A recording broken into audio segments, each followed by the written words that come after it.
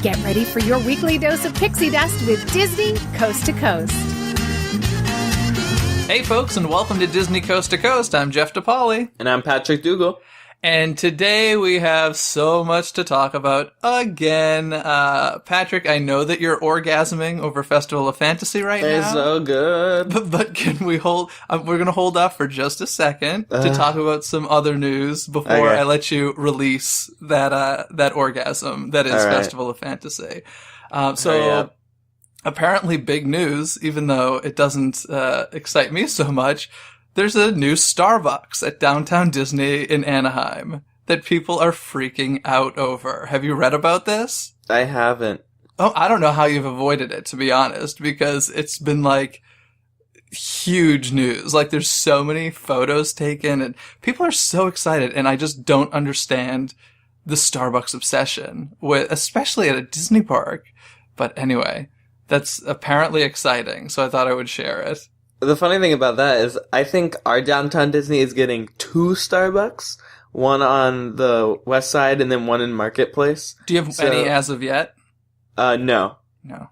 That's crazy. So in case you're lazy and don't feel like walking from one side to the other, there will be 2. Your Downtown Disney is pretty huge, though. Yeah. Soon to be, was it Disney Springs? But the newest Starbucks we're getting is literally going to be like right in the middle of the World of Disney store. So really? Yeah. Oh, weird. Ugh. God. People. So Starbucks. Whatever. They're going to start selling like Starbucks mouse ears or something pretty soon. It's going to be crazy. What's going on in your neck of the woods news-wise? All right, so the entire moat around Cinderella Castle and everything is drained. There is no water at all. They have started on the hub construction, where they are now taking away some of the flower garden and some of the moats and just putting a bigger area for parade viewing and fireworks viewing, because when you're in the hub for fireworks and stuff, you are pretty much sardines. Yeah, I saw some computer renderings of what they're doing. It looks like it's going to be really nice, but it looks like it's going to be certainly a timely project.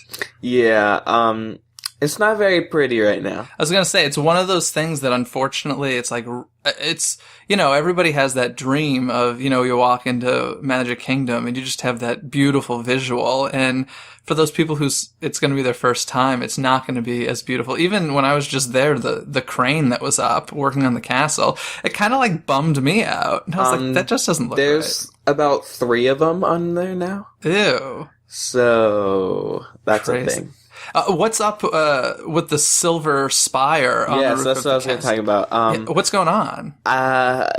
Everyone just now is... By the way, if you don't know about this, there is photos released of one of the normally blue rooftop spires of Cinderella Castle at Walt Disney World. One of them is all of a sudden silver. Well, let me correct that. Now 4 of them are since yesterday. Okay. Yes, 4 since, what was yesterday? March 12th. There was 4 spires that are silver. March 12th, Liza Minnelli's birthday? Oh, yeah. But, the one that was originally silver is now back to half blue, half silver. I don't know what they're doing. Everyone's saying that they're just testing, or they think they're testing something, or they're just maintenance. Hopefully, which I think is right, is the silver is just a base coat for another blue coat. That sounds right. It's probably a primer. Yeah, so I think that's it. I think we're just getting a repainting of Cinderella Castle, so as long as not to worry. As long as they never turn it into a birthday cake again, we'll all be fine. That was terrible. Although I think its most beautiful was probably during the 100 Years of Magic in 2001, when they had a lot of like gold leaf on it. It was really beautiful. I love the rumors that come out of this thing. They're like, oh, they're turning it silver for Frozen. They're going to make a whole Frozen castle. I'm like, oh, God. Rumors. I assumed it couldn't have been anything that serious, only because I was like, it would have leaked by now if it were really going to do something. Well, the fact that the original Silver Spire has gone back blue, I'm assuming. I'm sure it's Who knows? I guess we'll see in the future. Yes. Have you heard about our new Big Thunder Mountain finale that we got over here? This is what was on my list too. Yeah. I've seen the video. I told you about this. It's awesome. Yeah, I saw the video. It looks, I definitely think it's better than it was. I hope that it's even better when it officially opens, which I believe is the 17th, so fairly soon. But the reason for you know how the construction on Big Thunder took a lot longer is because apparently there are some new laws in California as far as, you know, exits and stuff are concerned and safety concerns with these attractions. So it was supposed to just be a shutdown for making this, you know, newer finale and fixing up the ride a bit. They actually had to go in and fix a lot of safety concerns as well, which is why the entire project took so much longer. So that's kind of a bummer. Always fun. Yeah, but it looks like it's going to be a pretty cool ending, which will be nice, and I look forward to checking it out. Yeah, it looks really cool. Yeah. Any other news before we head to the festival? I got one other thing. But go ahead. Okay, so I'm pretty excited about this. I was about to head down to Disneyland because I heard that they were shooting a new 4K ending for Soarin' over California, which I was pretty stoked about because if you've ever been on Soarin', you know that the last shot is flying over Disneyland. And they're shooting a new version of that, which I'm thrilled about for a couple of reasons. Number one, I never liked the fact that what they shot was Christmas time because I just felt like it was always often out of season. And I never understood that. My guess is it was just a last minute thing that had to be done. And so I'm excited about that. And it's supposedly going to start over at Radiator Springs in California Adventure and head over to Disneyland now. But I wanted to be like down there, you know, waving up at the helicopter. But of course, security like kept it totally clear and it was done at 3 a.m. or something crazy like that. But I'm pretty stoked. And I hope that means that Soarin's getting a nice little upgrade soon. And I've always felt like, Patrick, what do you feel of Soarin' in Epcot? It doesn't make sense. Yeah, okay, agreed. What happened was it was part of the 100 Years of Magic where they brought an attraction from every Disney area. So they brought something from Paris that was the car stunt show. They brought a Cinderella show from Tokyo, and they brought Soarin' from California. And they call it Soarin' at Epcot, and of course in California it's called Soarin' over California, but it's the same exact attraction. I kind of wish they would make a version of Soarin' for Walt Disney World that was Soarin' over all the Disney parks around the world. I think that would be kind of cool. Yeah, why not? Let's do it. Do it. Do it. Okay. I have one last news. Okay.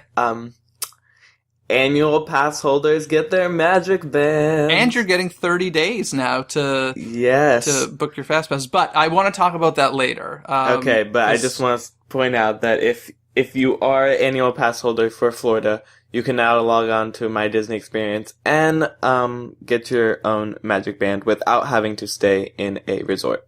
And you now have 4 different colored bands now. Yes, I have 4. Yeah. It's like Pokemon. I need to collect them all. Yeah, we got 2 when I was staying. You have the generic gray one, and then you just got another one. A blue one. You're a rainbow of magic bands. I know. I need a red one. Well, like I said, we'll talk about magic bands probably on the next episode and stuff, because now that we've had the full My Disney experience, we should probably discuss a bit.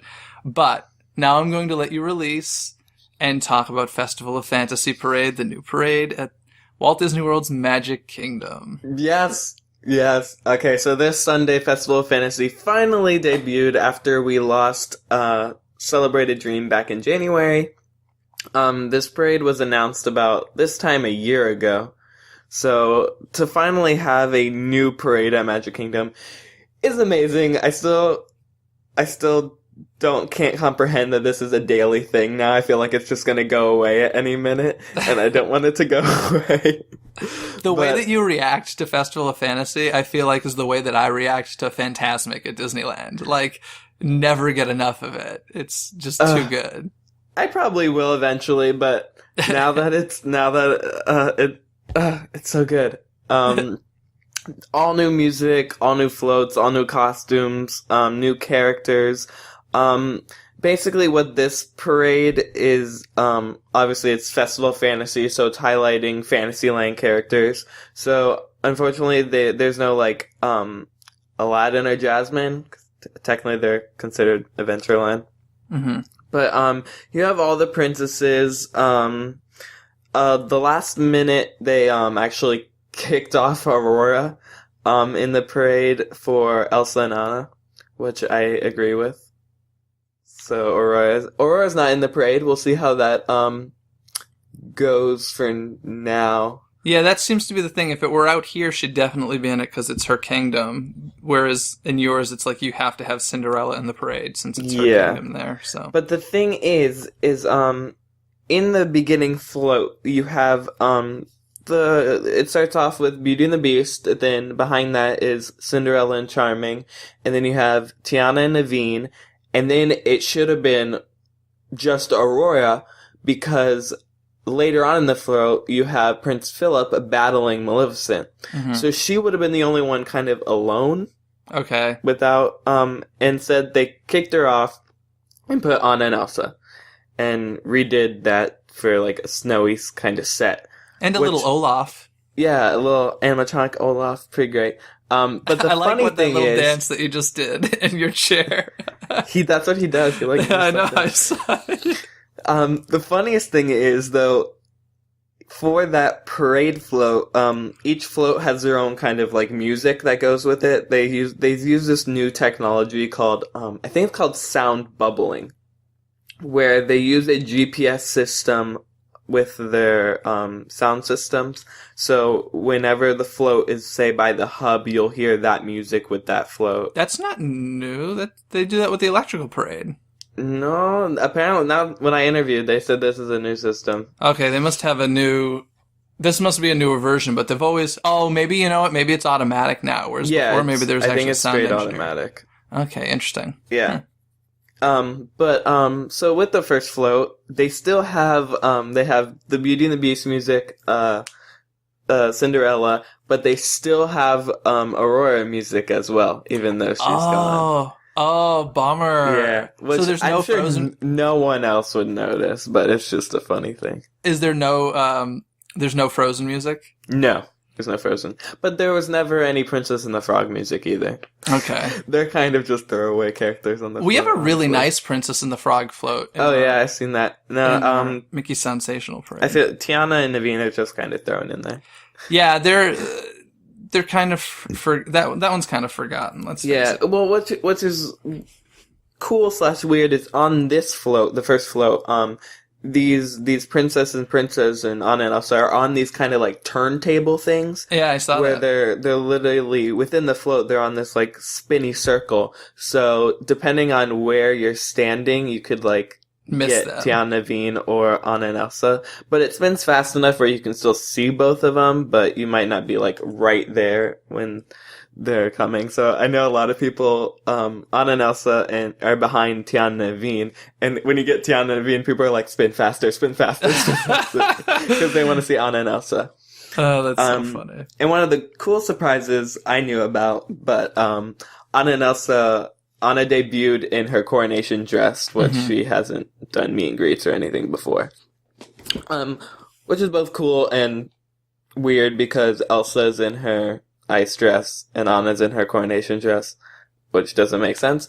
But I'm sure during winter, Anna will be in her winter attire. Yeah. Anyway, so much Frozen. So much. Next float. We're going to go float by float. All right. Yes. Next float is Tangled, Rapunzel's float, which is my favorite float. Really? It's my favorite float of the parade. Wow. They have oh, you just like the little gecko. That's yeah, every float there's so much to do. No, my favorite thing about the float is they have these swinging pendulum kind of swords or axes, like over dramatic sized axes that a human can stand on. Yeah, that someone can stand on and swing back and forth. But before that, I was gonna say each float has almost before it comes down, it has like that break of like dancers in between, which all the costumes are pretty cool. But they have this like giant inflatable mime from Snuggly Duckling. It's very, very. What is it from? Snuggly Duckling, the bar that she goes to. Okay, yes, I remember now. Okay. Tangled. Yeah, that was a cool costume. Yeah, it was really By the cool. way, obviously I haven't seen this in person because I wasn't in Florida, but if you are interested in seeing the Festival of Fantasy Parade, you can search it on YouTube and There are find thousands full of videos. versions of the parade. Yeah. So then you have Tangled Float, Rapunzel's on it, they have people from the Snuggly Duckling on it, Flynn Rider is on top of it, swinging on one of the pendulums. The coolest thing I think about this float and then the parade in general is a lot of the main characters on the floats, like Ariel, Rapunzel, Merida, they all have props with their choreography. So at one point she bends down and pulls up like a frying pan. Mm-hmm. And Ariel has a fork and Merida has like a bow that goes along with their choreography. So I think that's pretty cool. But there's so many details on each float that, like, I've still seen it 4 times already and I still find things that are, like, really cool. But next is... 4 times, Patrick. Oh my god. I know. After Tangled is Little Mermaid. Which I have to say was very reminiscent of Mickey's Soundsational. Yes. Very reminiscent. It is. You have her just like sitting on top of a shell. But yours has the diving board kind of thing for her. Oh like, yeah, fin. for her flipper, yeah. That's weird. Yeah, I think it's just so it hops up and down or something. Yeah, I guess they want ours to have like a workout, so they're like, "No, you can do it yourself." Right. They're like, "You need better abs, so here you go." But I think I told you this already, but for people who don't know, actually the Sebastian on the Little Mermaid float is from SpectroMagic. So that's a little tribute there. SpectroMagic, will always hold a place in my heart. Yes. Well, now it's in Festival of Fantasy. Yes. Through Sebastian. Okay. So Mermaid, what was after Mermaid? Mermaid is Brave. Brave. Okay. Yes. Ugh. I'm sorry. Can we please just move on from Brave? Can we get rid of Brave? As much as I didn't like the movie, I really like the float and the dancers for it. Here's the thing, I can't stand bagpipes, so I don't want to hear it's it. It's integrated a bit into the music. And the funny thing is they integrate the like one song in Brave into it too. Well, the other thing that weirded me out a little bit was the fact that, like, correct me if I'm wrong, isn't it the only representation of Pixar in the entire parade? Yes. So to me, that was a little weird as well. I mean, I know it's all the same family and everything, but it was a bit strange. Well, I think the thing is Merida is in Fantasyland and Magic Kingdom, therefore it's a festival of fantasy, and she is there. Yeah. I was like, fast forward that float. No! I think the thing is, I mean, back when Brave debuted and Merida first came out, they had all the, like, animatronic bears, which I think were really cool when you had a meet and greet with her. So now they're back on the floats, and they are pretty awesome. Okay, Brave. All right. There she is. Merida. Alright, what's next? After that, I think, is Maleficent?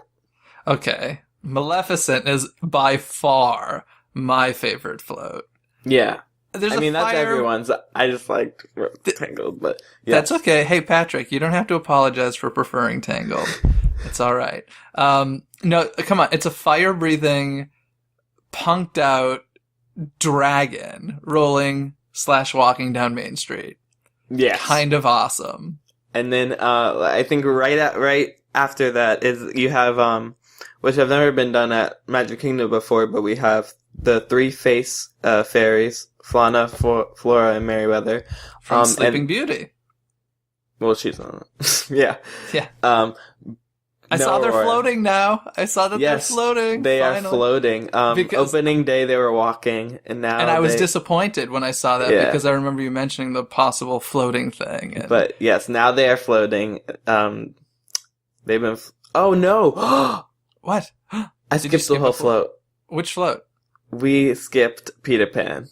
Oh, I love the Peter Pan float. Yes. I haven't seen it 4 times, Patrick, so I'm not so Yeah. disappointed in myself. Sorry, I was excited to get to Maleficent. But yeah, Peter Pan. That float is having some troubles. Yeah, because no one would really notice, but Captain Hook at the bottom is supposed to swing the anchor. Most of the times when I see it, it's not swinging. Also, the top ship on the rainbow is supposed to be moving back and forth on the rainbow. I haven't seen that working a lot lately. But like I said, if you didn't know what was supposed to happen, you wouldn't notice it at all. Yeah. But hopefully... I actually love watching them, get through their errors. Like, when I watch Fantasmic, I'm one of those people who... I'm like that... You'd swear I had a child performing in the show because I freak out when something goes wrong. And then I just look around and see if anybody notices. And most of the time people don't notice. I'm like, good for them. Like, they screwed up and nobody has any clue. So I'm sure it's the same thing with Peter Pan. Wait, I have to throw in a story. Okay, let's hear it. The one time that I didn't know that for Fantasmic, our boat was, out for the show. And the whole Steamboat Willie? Yeah. Okay. The boat was under construction or something. They were changing it. And then all the characters just came out on the island and I've seen that before. And I was like, oh my god, what happened? I was looking around, I was like, did anyone else notice this? And the funniest thing is, they had Pocahontas, John Smith, and Miko come out, who are normally not on the boat because they had their scene right before, and they didn't know any of the armography, so they just threw them out there, and I don't know if they were goofing around thinking no one would saw them, but John Smith totally just did this this cowboy routine type thing, and I was like, what is going on? I just love the fact that you just called it armography. That's exactly what it is. That's so funny. Not that I may have no people who work in it, but literally they teach them the thing by going, all right, make a Y and circle and...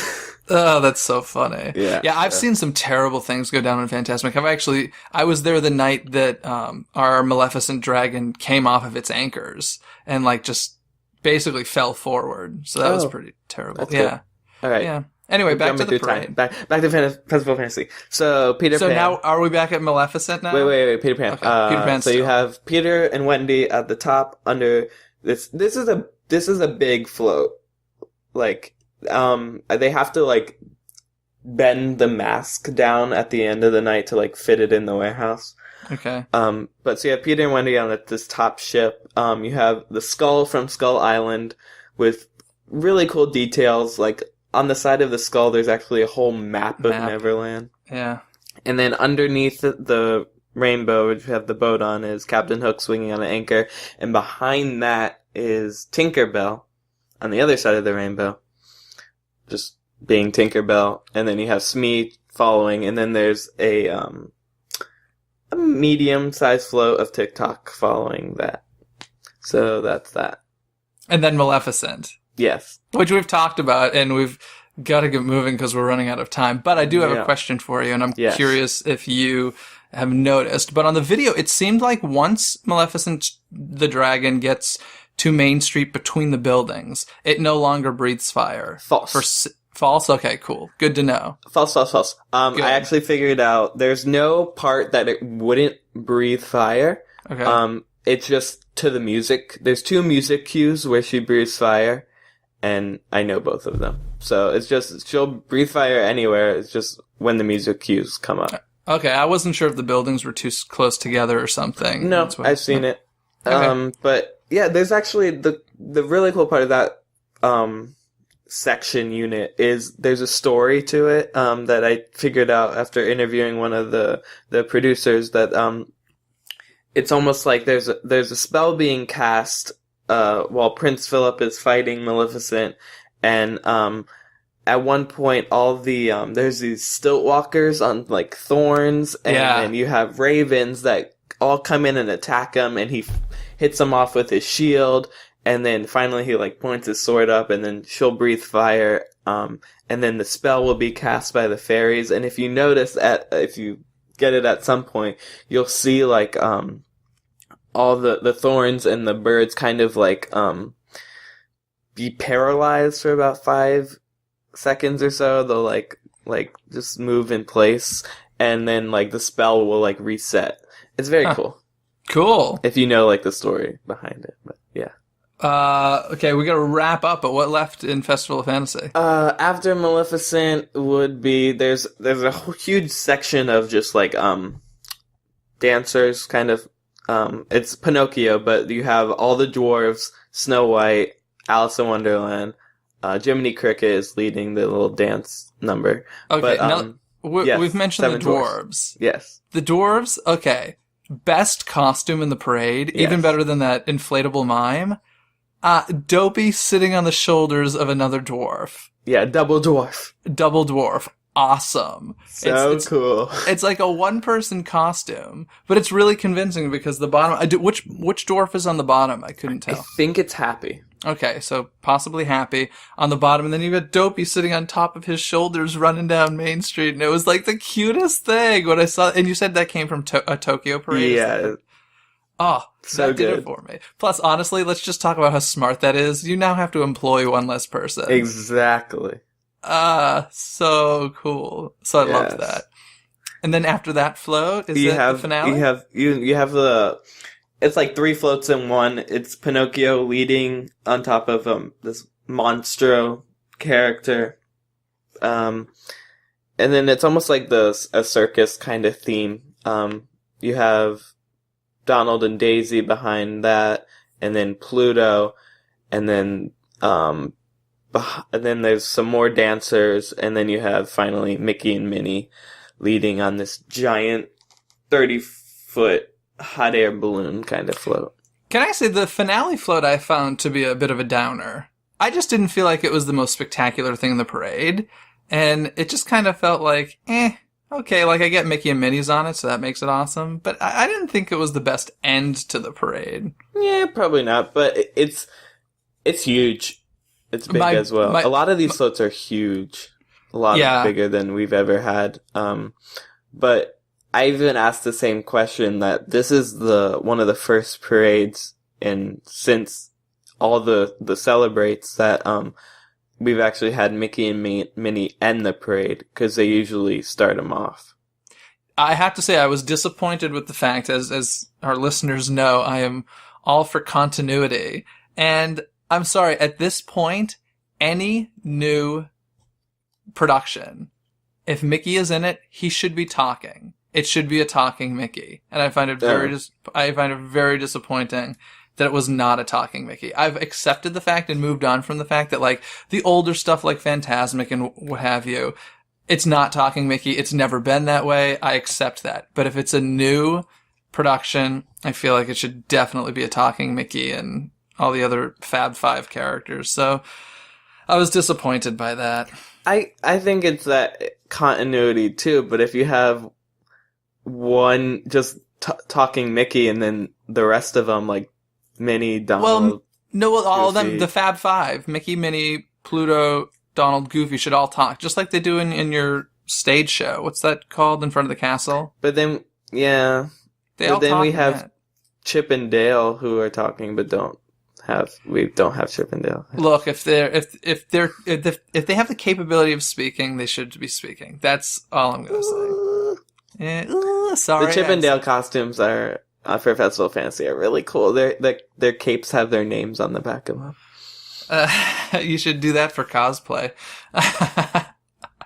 Chip and Dale. So, Festival Fantasy. Yay! So I'm glad that was one of your things that you were looking most forward to in 2014 on our first episode, I believe. So I'm glad that you got to enjoy that. And, oh God, we're so going to wrap up. But let me just say really quickly. So that's happening once a day at the Magic Kingdom, correct? Yes. And you still have Move It, Shake It, Celebrate It Street Party? Yes.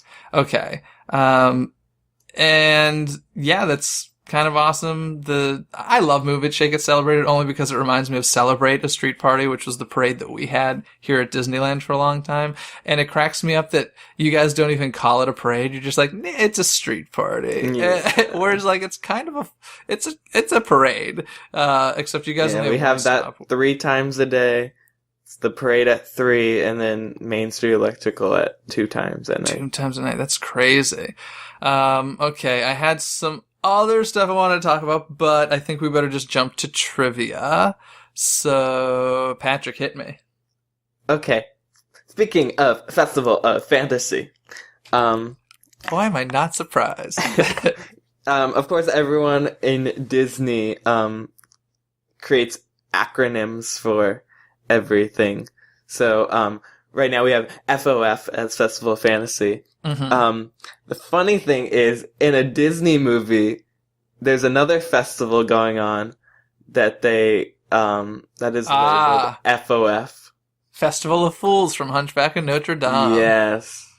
Very you are nice. Correct. Okay, cool. I dig it. I love Hunchback of Notre Dame. Very cool. God, I wish they'd bring that show into the parks more. Anywho, I have a question for you. It's a little tough, but once again, interesting. So the largest continuous projection surface in the world is in a Disney theme park. More specifically, it's at Walt Disney World. Even more specifically, we did it while we were there. Do you have any idea? So it's a projection screen. It's the largest in the world. Mickey's PhilharMagic. It is not Mickey's PhilharMagic. I'll give you a better hint. It's at Epcot. Oh, Spaceship Earth? Nope, it's not Spaceship Earth. It's actually the American Adventure.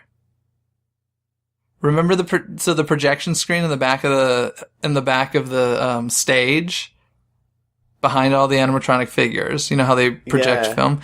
Okay, at the end, so when the show starts out, it's 72 feet. But when it ends, if you remember, all the curtains open, and like even behind those statues on the sides of the building, that's all one continuous screen, and it goes to 150 feet wide.